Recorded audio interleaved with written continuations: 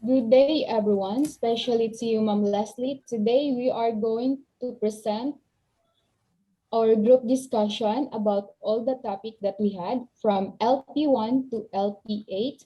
Together with my group, we are three members in our group. I, Rosabel P. Lindo. I am Mark Luil Villar. And Rosemary C. Zulueta. Today, we are going to discuss about the facilitating learner-centered teaching. The learning packet 1 is learner-centered theories of learning. What are the main theories of learning? The main theories of learning are behaviorist theories, cognitive psychology, and constructivism, social constructivism, experiential learning, multiple intelligence, and situated learning theory, and community of practice. How do these theories of learning play an important role in the teaching profession? It helps teachers categorize the types of learning of the students, for their teachers can adjust and may know where to focus. It is to organize the students according to the interest of the student, to easily approach students and teach them according with their interest. The Learning Tool Packet is all about the principles of cognitive development. The principles of cognitive development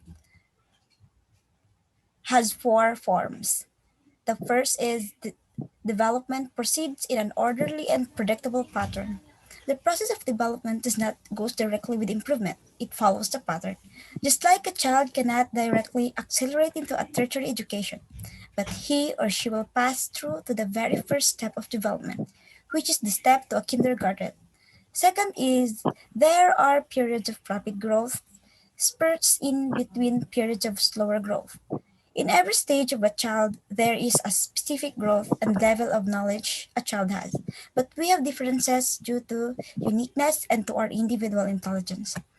Three is that different individuals develop at different rates. Every individual has its own capabilities and has different talents and development, as well as on how we see things forward is not always the same for all of us. The four is development is continually affected by both nature, heredity, and nurture environment. If the child's heredity falls under a smart family, then a student is precise to be a smart too. Even if he does not go and study her notes, she has really an ability. The learning packet 3 is talks about the declarative, procedural, and functional and developmental and socio-cultural dimensions of learning. Declarative is a piece of information to be learned, while procedural is the process of how things are being done, and functional states the thing of how it is being functioned in the situation. Social-cultural dimensions of learnings is the feelings or behavior that student is influenced in his or her learning. These are very important to teachers since it provides the students the clarification about specific things. The Learning Pocket 4, social interactions, interpersonal relations, and communication in the learning process. So as a teacher, it is a very important to socialize our learning into our student or people in how you personalize your student about your concern to their learning, and especially as a teacher, you know how to apply your good communication to your students or people around you. Social interaction, it is a mean that sharing knowledge with one another like group activity. So in this process, as students sharing their experience to their group mates, the students socialize the learning that what they have. Interpersonal relationship that it means you are entering your interpersonal experience, your idea, motives, and what like you shared your loved ones experience that your friends. Communication talks about your sharing the knowledge or experience to the other person like teacher. So the teacher discuss their topics, their students or class, then the student asking to their teacher. So they have communication because the teacher and the student sharing their knowledge in each other. The learning packet 5 research finding on the influences the developmental and socio-cultural dimensions of learning. As a teacher, Students, before we engage in teaching and imparting knowledge, we first evaluate the ability of the child. What is the need that we can provide for him to learn and gain knowledge? We evaluate each ability and weakness of the child from whom what are its discoveries. Until the child goes to the school, we know what it can also help our teachers. For it, we will do add to our knowledge or that discovery. So here we will know that what we should teach our student because first know what we can give to the child for it to learn. The learning packet 6, intellectual property disclaimer. This learning is talk about our learning method strategy as a teacher to present a learning material, and it served as a source of learning ideas to how to handle their class. So in this process, teaching learning strategy, we conducting research for their class to make a very simple and clearly material for their teaching methods.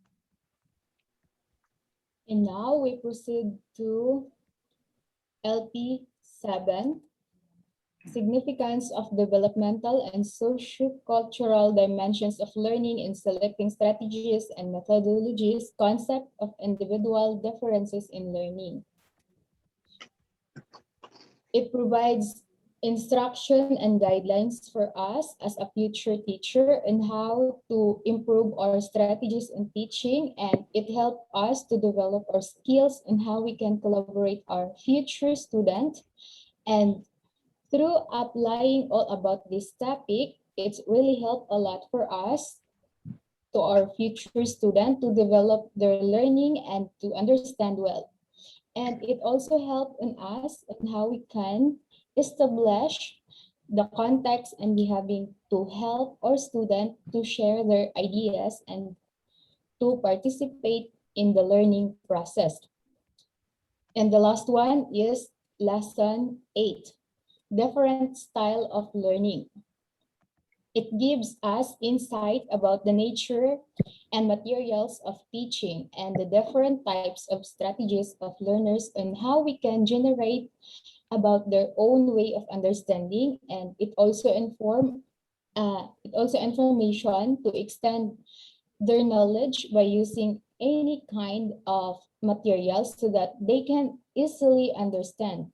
And it helps us, our future student, to create and organize their distinctive knowledge, and it encourage our student to beyond the explicit material by elaborating them to enrich their mental representation and information if where they are preferred.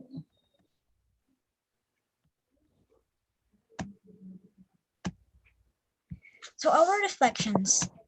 Teaching is considered as the most exciting experience for me, for it gives me the essence of being an educator, since out of all the profession, it is a noble one. However, the main goal of my teaching is for my students to understand and get learned with the lessons. Their learning's acquisition is my priority.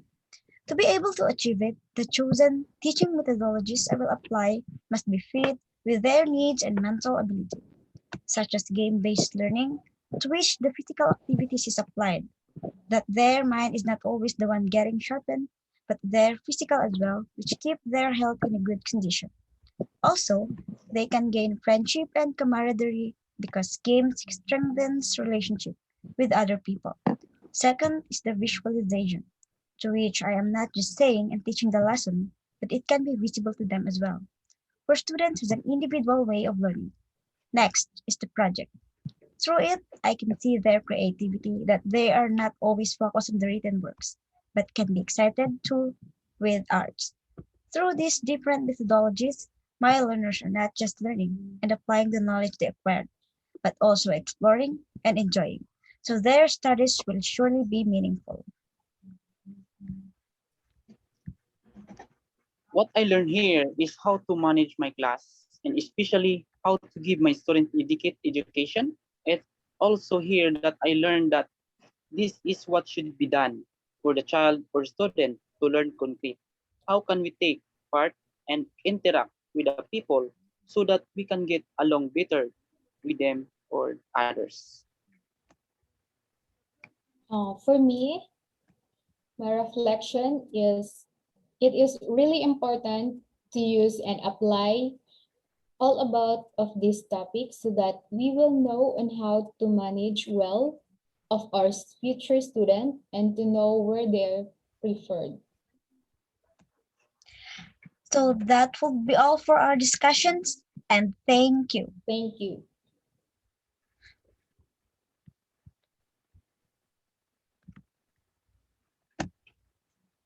Again, this is Rosemary Kate Zulueta of Bachelor of Secondary Education, major in English, second year evening. Again, I am Mark Lowell Villar, major in mathematics. And I am Rosabel P. Lindo, BSED English evening class.